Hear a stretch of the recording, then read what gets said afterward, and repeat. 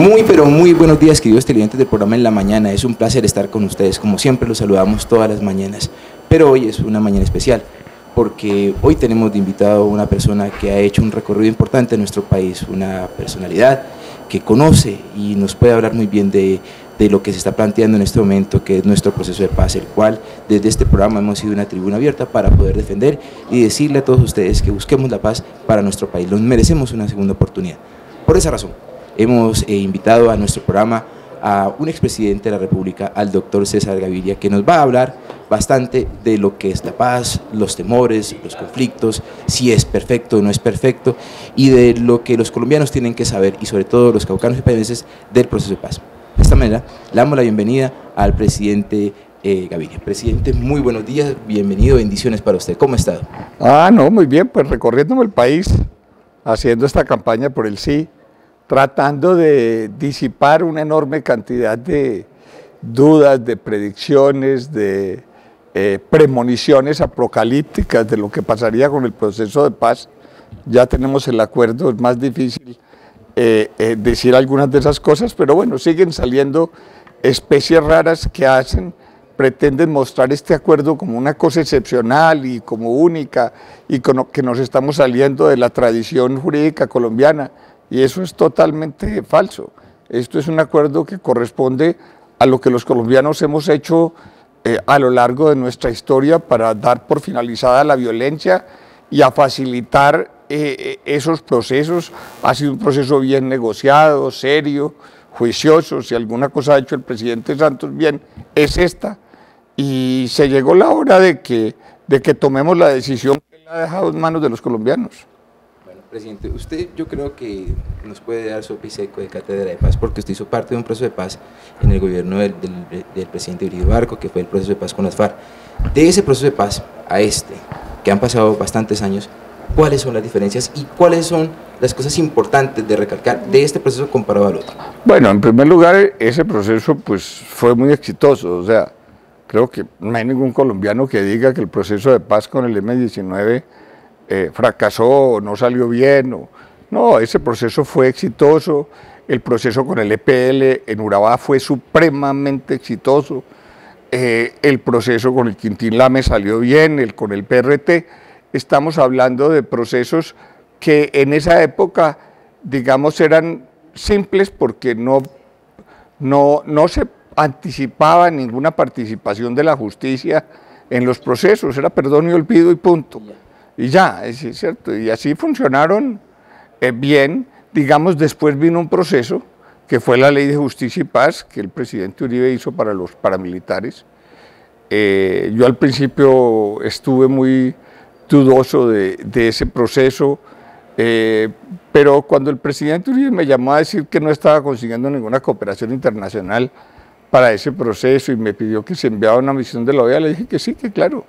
Que yo antes había sido enemigo de esos procesos por la imagen internacional de los paramilitares como grupos, como unas especies de escuadrones de la muerte, pero que yo creía que en Colombia había que desactivar eso y que yo con mucho gusto le cooperaba, y le cooperé en eso. Después tuvimos desacuerdos sobre la eventual participación de los paramilitares en política, eso lo resolvió la Corte Suprema, pero nos quedaron unos problemas que no son menores, que heredamos de la manera como se hizo esa ley, y es que los militares, los empresarios, los políticos, todos los no combatientes han sido juzgados con una gran severidad porque las rebajas de penas que se contemplaron en la Ley de Justicia y Paz se hicieron solo para los paramilitares, y los demás protagonistas del conflicto les han cargado la mano. Hay militares con 30 años, hay políticos con 40 años,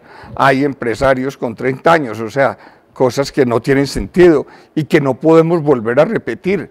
Por eso se hizo esa justicia transicional, para poder resolver esos problemas y para, así como le dieron un tratamiento especial a los paras y se lo dan ahora a los jefes guerrilleros, también le den la oportunidad de ser juzgados con justicia menos rigurosa a los militares, a los empresarios, a los políticos, y eso es absolutamente imprescindible de hacer, además de que la comunidad internacional ya diseñó unas normas que se llaman justicia restaurativa, que es diferente de la justicia ordinaria y de la justicia punitiva, que le da una gran importancia a la verdad, a la reconciliación, que le da una gran importancia a la no repetición, que exige que los victimarios pidan perdón, una serie de cosas que están incorporadas en el acuerdo y que están también incorporadas, que es el primer proceso de paz en el mundo que se hace respetando esas reglas, y la propia Corte a través de la fiscal ha salido a respaldarlo. Bueno, presidente, una de las cosas que uno le escucha más en la calle, en toda la cotidiana, y seguramente usted también lo escuchaba en toda parte de Colombia, es cuando la gente dice, bueno, habemos gente con dificultades y sale un guerrillero y le van a dar 1.800.000 y le van a dar una cantidad de plata y una cantidad de cosas, y fuera de eso, dicen, le estoy preguntando a usted, que esto se va a pagar con la reforma tributaria que inmediatamente se plantearía, ¿cierto? Se presentaría después de que se firme el sí del plebiscito. ¿Qué le tenemos que decir a los colombianos? No es verdad que esto esté creando un grupo de privilegiados. A los que les pagaban 1.800.000 pesos eran los paramilitares en el proceso de justicia y paz del presidente Uribe. A los guerrilleros les van a dar el 90% del salario mínimo, o sea, 600.000 pesos. Y les van a dar 2 millones para que compren enseres, pero no será mucho lo que logran comprar con 2 millones. Y les han ofrecido que si son capaces de montar proyectos productivos, les pueden ayudar hasta con 8 millones de pesos.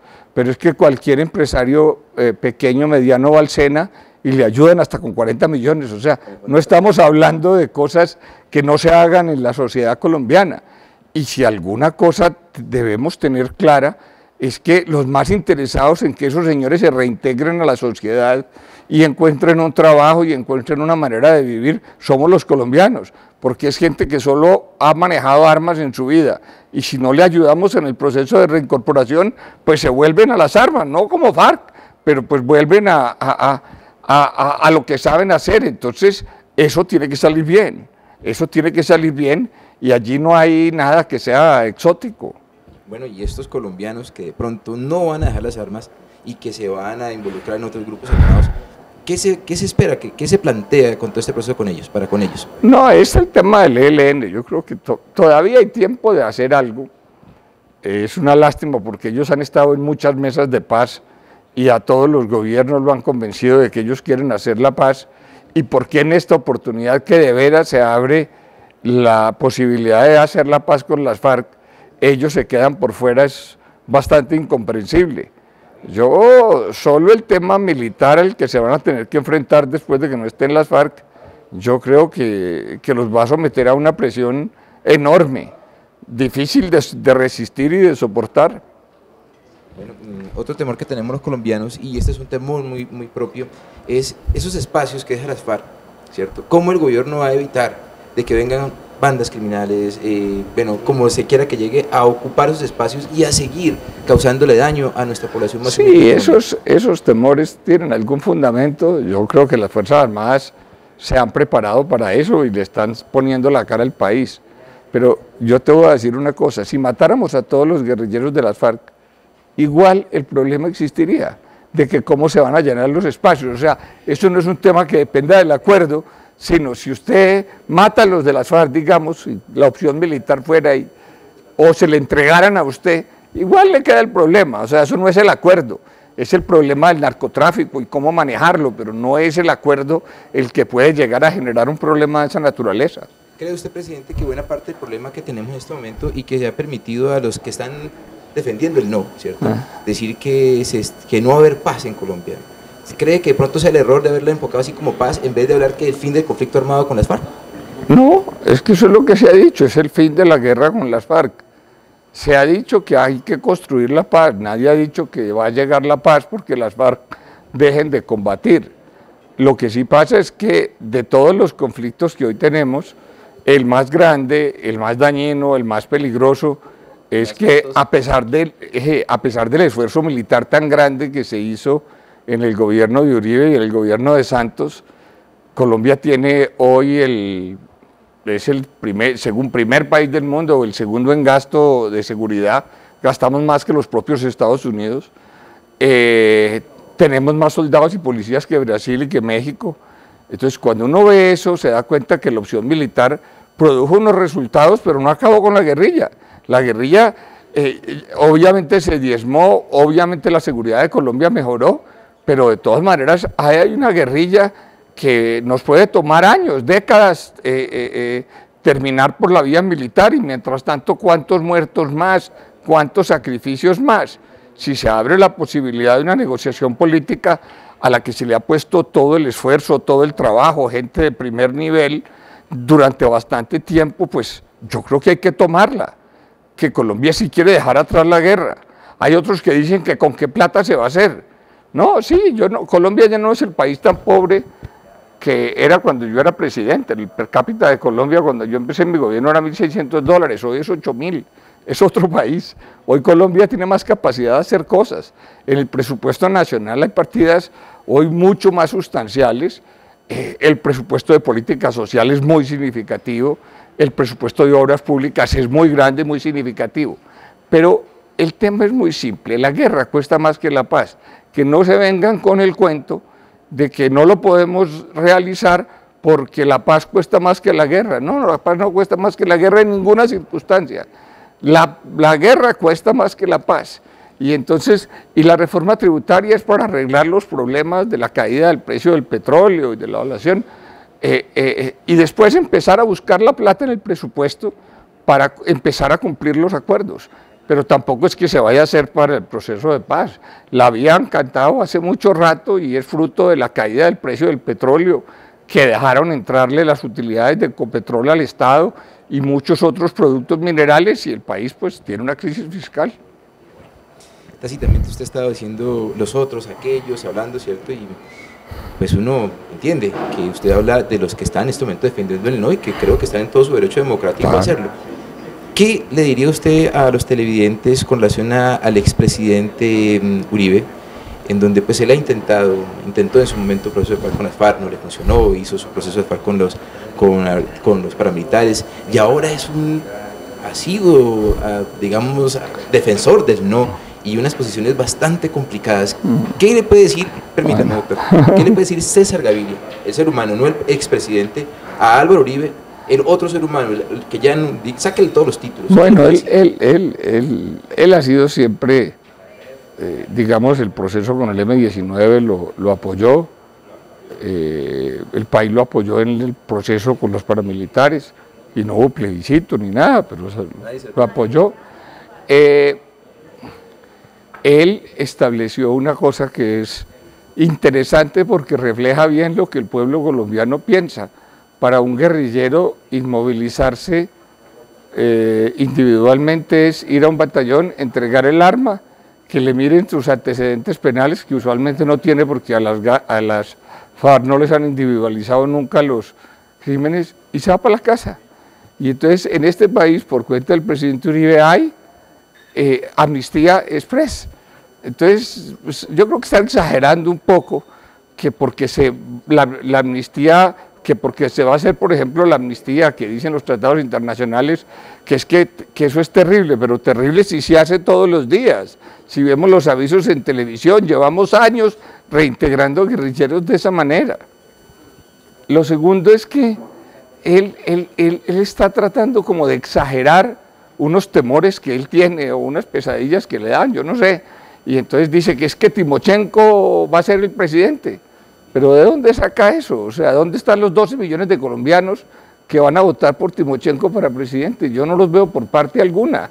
Que le vamos a entregar al país el narcotráfico, pero si los Estados Unidos están ahí sentados avalando el acuerdo, demandando de las FARC compromisos con ellos, para ellos darles una segunda oportunidad, ¿a quién se le ocurre que el acuerdo se va a hacer para entregarles? En otro momento metió el proceso de Nicaragua y el diferendo con Nicaragua, ¿no? Eso es un tema de allá atrás en el que él también tiene responsabilidad. Él acató el fallo de la Corte Internacional de Justicia, él acató que volvieran a fallar sobre delimitación, él anunció, y no lo estoy acusando de nada, pero él sabe cómo fue eso y que eso no tiene nada que ver con la paz. El presidente, su tiempo es muy corto y yo ya le agradezco muchísimo que usted tenga esta amabilidad para con nosotros y nuestro canal local. Yo le pido un favor, los caucanos hemos sufrido muchísimo por la guerra. Pero lamentablemente hay mucha gente también que como que no lo cree, no lo entiende, ¿cierto? Usted sería tan amable de darle un mensaje a todos estos payaneses y caucanos que lo ven ahora, para que le demos una oportunidad distinta. Yo estoy de acuerdo con el proceso de paz y créame que todos los días lo defiendo en todos los escenarios que estoy, pero dígale usted a los caucanos, a los payaneses, ¿por qué darnos una oportunidad al sí? No, es que en primer lugar hay que pensar con sentido de patria. Si las víctimas y la gente que ha sufrido la violencia quiere votar por el sí, da como trabajo entender que la gente que no ha sufrido la violencia y que no ha sido víctima vote por el no, porque es como una lección muy grande que les están dando. En segundo lugar, hay que pensar en el país. O sea, eso no se lo pueden medir y decir me queda bien, no me queda bien, me deja plata, no me deja plata, porque eso no está bien. O sea, este país va a ser distinto, va a ser mejor, va a poder invertir mucho más en el campo, va a ser una sociedad mucho mejor si logramos dejar atrás la guerrilla de las FARC y lo que ella representaba en la vida colombiana, y no hay que mirar esto con simple cortoplacismo. El país sí va a cambiar y va a cambiar para bien, y puede que no beneficie directamente a una persona muy adinerada o que vive muy bien, pero sí va a beneficiar al país. Todos vamos a salir beneficiados de que en Colombia haya paz. Bueno, nuestro expresidente, el doctor César Gaviria, ahorita actualmente está liderando el proceso por el sí, para que todos los colombianos respaldemos el referendo que busca ratificar el acuerdo de paz entre el gobierno y las guerrillas de las FARC. Señor expresidente, muchísimas gracias, de verdad estoy muy honrado por estar aquí con usted, le agradezco mucho su tiempo para con nosotros y bueno, nos estaremos viendo por el sí. Nos estaremos viendo. Sí, mucho gusto, encantado. A ustedes, queridos televidentes, muchas gracias por su atención, ya nos estamos viendo más adelante.